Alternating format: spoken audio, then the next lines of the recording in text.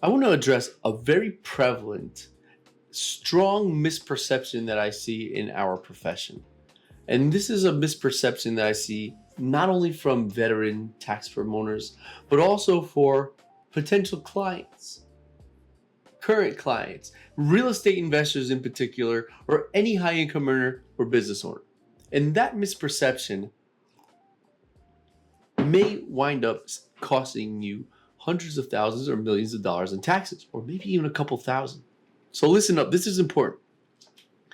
The topic I'd like to discuss today is when it comes to tax planning, do you need a one-time tax plan to get all your questions answered and build that framework, or do you need continual support on tax planning? And I want to say this. While it's incredibly important to have that conversation with your advisor, most people are stopping short. And I was just in a conference with a very smart and successful firm owner, and he said what a lot of people are saying is that the attrition rate, a lot of their clients leave after the first year. They pay for a one-time plan and then they just kind of disappear. Their clients don't really follow up with a whole lot of questions. Then they don't hear from them again. The client takes the ideas, and then they move on. And I'm surprised to find that this is so common, and a lot of folks will buy a tax plan, and anywhere from 20 to 50% don't return the next year for any further advisory. They feel like they have all the answers they need, and then they move on. And I also get a lot of questions from other firm owners where they say, well, hey, you do tax planning. That's fantastic. But what happens? Like, don't they like leave you after you do the plan? You have the plan. What else do they need for you? They have the plan. So they should know what to do for the rest of the time. How do you keep them coming back? And I'm always surprised to hear that, because we actually have a very high continuation rate. We have our clients, I would say, of our tax planning clients, probably somewhere around 80 to 90%, which is very high. Our retention rate is very high because we're always able to find new ideas. But maybe there are some instances for you where maybe you just need a one and done tax plan. So I want to talk you through this. Also, if you're a firm owner listening to my stuff, pay attention, because this may help you out. It may change the way you look at some things. So, what we're going to talk about today is why people believe that tax planning is really one and done. And we're also going to talk about what can you do after your first year of tax planning and you've learned all the basics and you build that foundation and you got some of those big ticket items done. What other opportunities may exist that you didn't cover in your first tax plan? And also, what are some potential reasons to stick around with your tax advisor, and what kind of new opportunities are you likely to find in year two in the continuation and the furthering of your tax plan and the continuation of your tax strategies? This is stuff that is often missed, especially if you're going to one of those folks who just does an hour-long tax plan and gives you templated guidance and doesn't really see how the big picture comes together with all the moving pieces involved in your 1040 and your situation. And at the end of this, you're going to understand, do I just need an hour or two with an advisor and some basic Q&A, or do I need to develop a relationship here? All right, so let's get into it. Let's talk about why, and in many instances, how people see that tax planning is a one and done type of engagement here. So one of the reasons why maybe that you have a very significant event. So let's say that you are selling your business and you're expecting an exit of hundreds of let's say a couple $1 million, life-changing event, and you realize now is the time to start thinking about taxes. Another common reason why I see people have these one and dones is they just got into real estate. This is extremely common with real estate. You get your first property, you want to know the tax treatment, you might have the ability to get real estate professional tax status, or you maybe have the short-term rental loophole in play, and you want to get down the basics of this to make sure you're not messing up, you can protect yourself, you're staying compliant, you have your hour logs, and you could actually take the losses.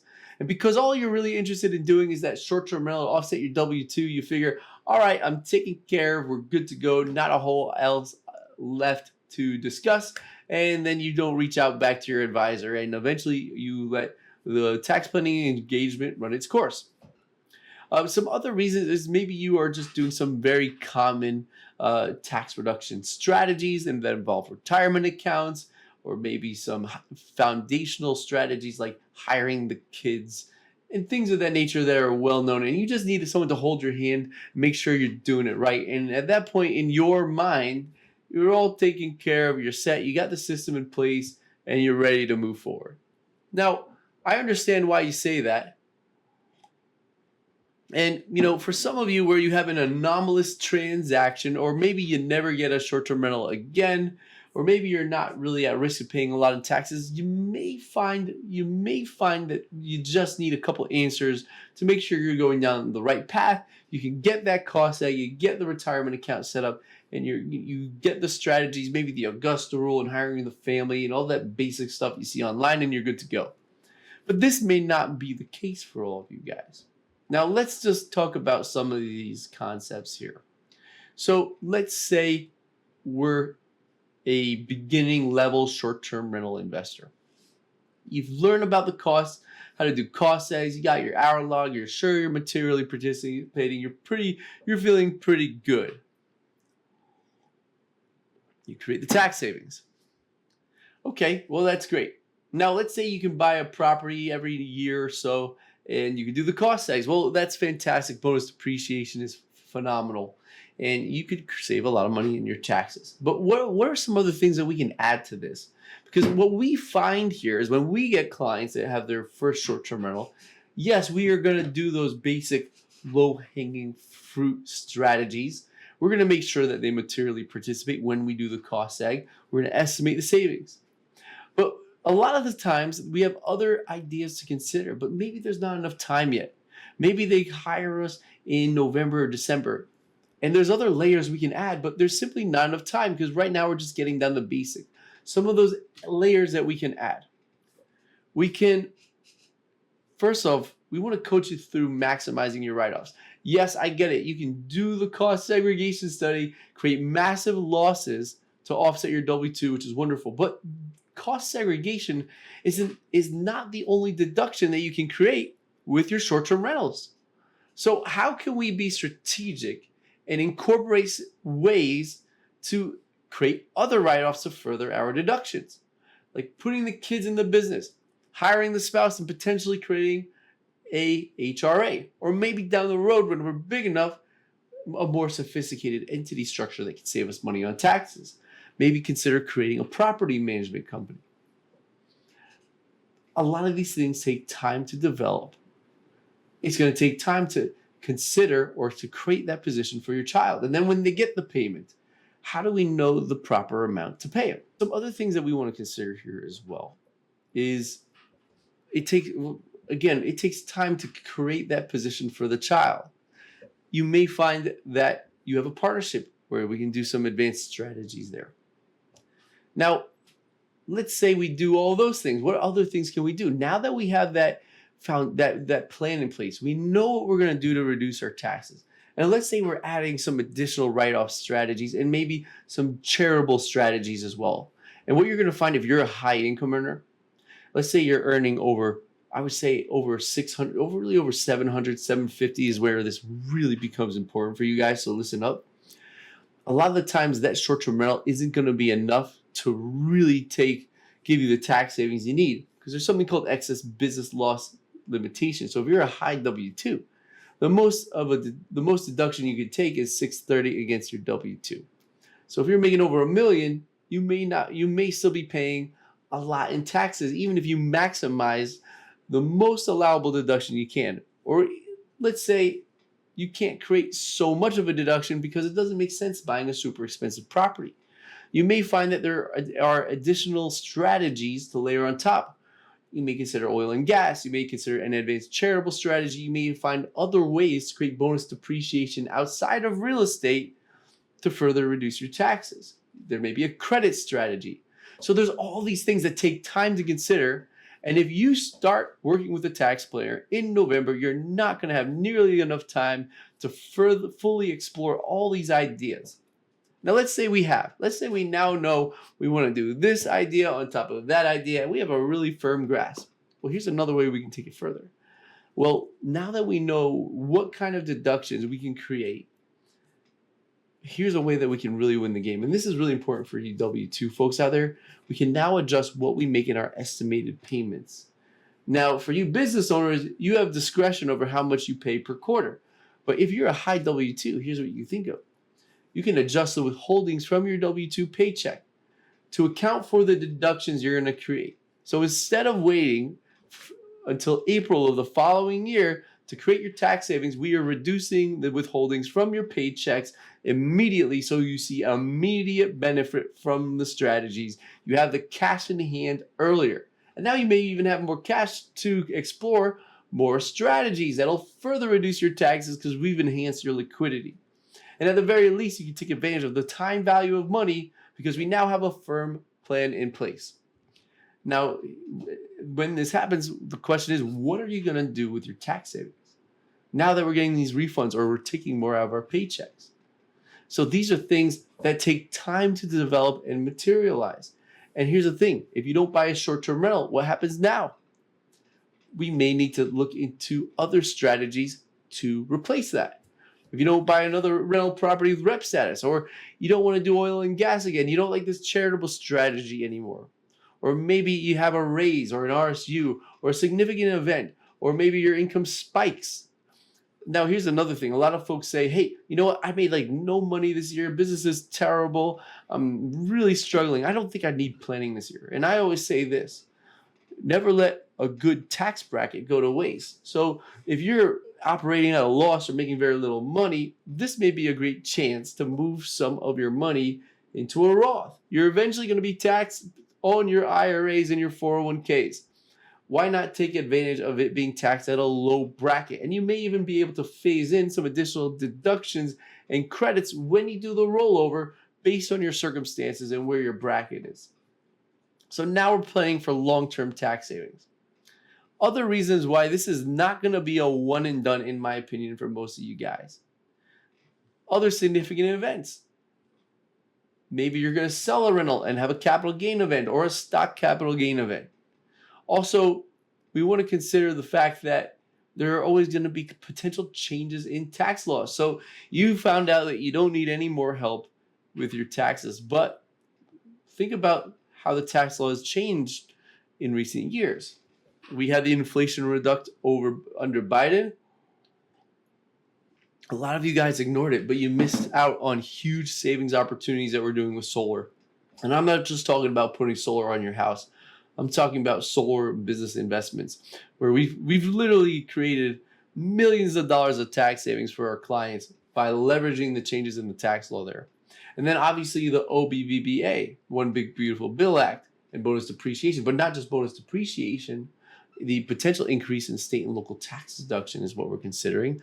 And also considering that we have, it's a little easier for us to fully take advantage of your QBI. That's typically going to be, I say typically, but there's all these moving pieces, but it could be 20% of your profits. So there's some changes there as well that we can potentially be strategic with.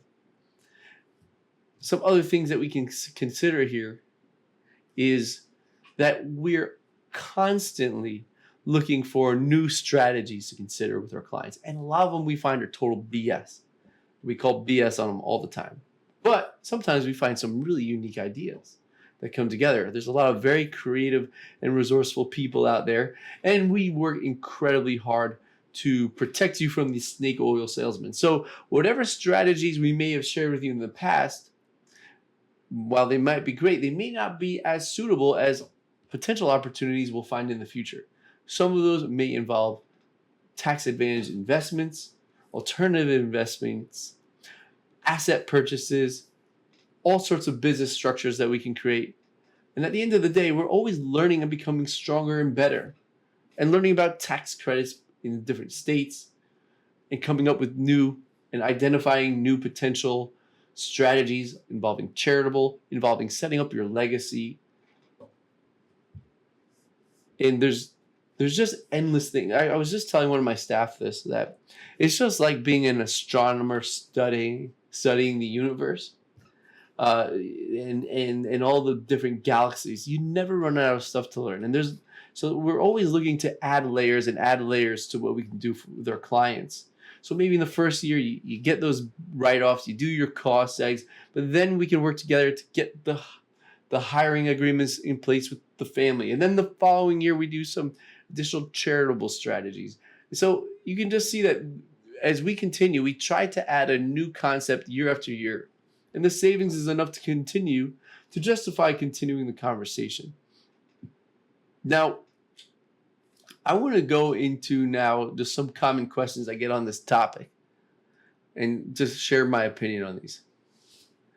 First one, do I only need tax planning once or do I need it every year? For most of you, you're going to need to have continuous tax planning because of the many changes in the tax law, the tax environment, your situation, and potential opportunities out there. Because of those reasons, if you need tax planning once, you're likely to need it multiple times. Next question.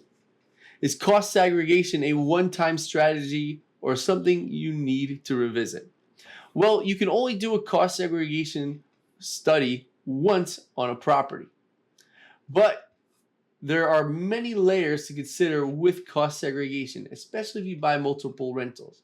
You have flexibility in how you depreciate the property identified in that cost segregation study and the timing of what year you're going to identify those properties and put them on the tax return. So if cost segregation is your main strategy, that doesn't mean that you have it all figured out. If you work with someone who's really resourceful, you likely can identify all sorts of additional opportunities when you're really strategic with the implementation. By the way, on a side note, we've had instances where clients did the cost segregation studies before hiring us, which is fine, by the way. And then we did the tax planning, and we had a chance by being a little bit more resourceful and considering the client's current year and future year incomes, can take advantage of the timing to maximize the benefit of those cost segs. So we've had instances where clients had access to millions of dollars of deductions from their cost seg purchases. But we knew that they were going to be we didn't know if they were going to buy those rentals year after year or if they were going to stop. So a lot of the times when we're doing the return and we see how the dust settles on the return, we have some discretion over how much of the properties identified in the cost seg need to elect into bonus, because sometimes we elect out because we don't need all the write-off at once. And if you get a carry forward on those real estate losses, they're treated as passive in the future. They really lose their value. Or sometimes, like for this in particular client I'm thinking about, we looked at all the cost segs, we looked at the results, and then we timed which building would report its cost segregation study in which year to optimize tax savings. Another question here. If I qualify for real estate professional tax status once, do I have to re-qualify every year? The answer is yes. It is a year-by-year determination of whether or not you have real estate professional tax status. We're going to need to say that you own 5% of that real estate activity. We're going to need to say that you put in at least 750 hours and at least 50% of your working hours were in that qualified real estate trade or business every year to get that status and the benefits that come with it. Next question. How often do I need tax planning as a short-term rental investor? Again, this is going to be similar to what I said earlier.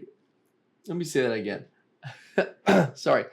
How often do I need tax planning as a short-term rental investor? You're going to need continuous conversations with your advisor if they're qualified to do holistic tax planning with you. While short-term rental investing is fantastic for tax savings, you really want to look at every potential opportunity that's going to interact with you and your taxes. You may want to consider multiple strategies along with that short-term rental to maximize tax savings. So an ongoing conversation is most likely ideal here. Do I still need tax planning if I already have big depreciation losses for a cost seg? The answer is absolutely. If you're in a $0 tax bracket, you want to take advantage of that tax bracket to phase back in some deductions and take advantage of that bracket and maybe move some money into the tax-free bucket to create long-term savings. And even though you have big losses from big depreciation, you may find that you'll need additional losses to put yourself in paying a reasonable amount of taxes. So until you have that holistic tax plan and that conversation, looking at everything possible and the potential opportunities now and in the future, you really got to continue to have that support. What should I do once I've used up all my depreciation? Well, we have a lot of clients that have taken tons of depreciation and now they're having cash flow real estate. So obviously the one opportunity is to buy more property, get depreciation. But let's say you can't buy more property. There's so many other ways to reduce your taxes besides relying on bonus depreciation. And for those of you who are maybe not interested in taking on any more debt, maybe the bonus depreciation as tax savings is not ideal for you.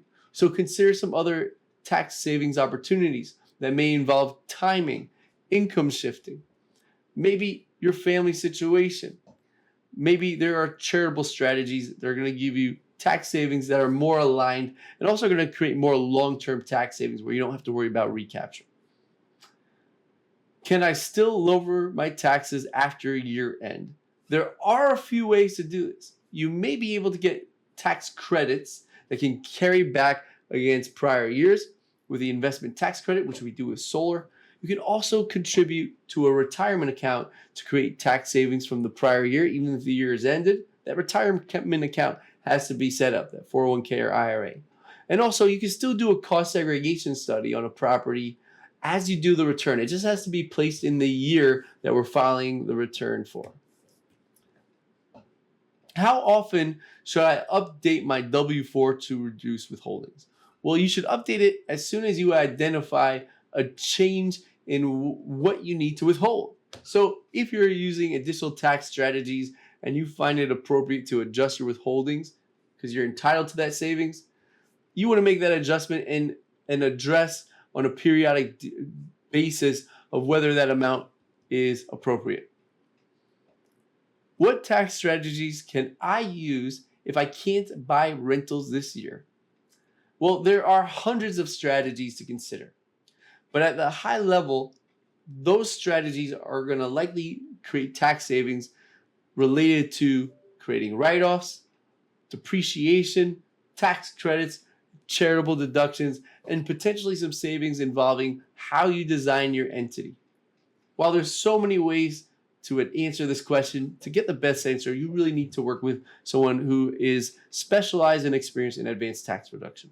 A really popular one is oil and gas investing, similar to rentals, where you can create passive income and offset your W-2 or ordinary income. But the cool thing about oil and gas is you can be truly passive and do nothing at all. How awesome is that? On top of that, you may also want to consider strategies that involve depreciation that are not rentals.